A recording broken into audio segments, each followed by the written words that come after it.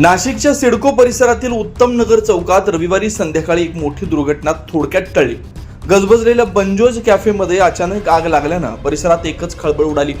आग लागली त्यावेळेला कॅफेमध्ये ग्राहक उपस्थित होते। अचानक धूर आणि आगीची लूट दिसताच ग्राहक आणि कर्मचाऱ्यांनी प्रसंगावधान राखत तात्काळ बाहेर धाव घेतली। त्यामुळे सुदैवानं कोणतीही जीवितहानी झाली नाही। या आगीत कॅफेमधील फ्रीज, गॅस सिलेंडर, फ्रायर, ओव्हनसह इतर साहित्य जळून खाक झालं।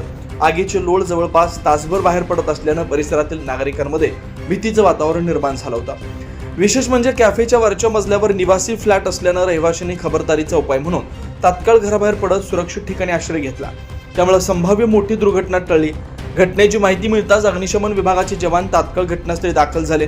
केंद्रप्रमुख हर्षद पाटील यांच्या मार्गदर्शनाखाली जवानांनी शर्थीचे प्रयत्न करत आगीवर नियंत्रण मिळवलं।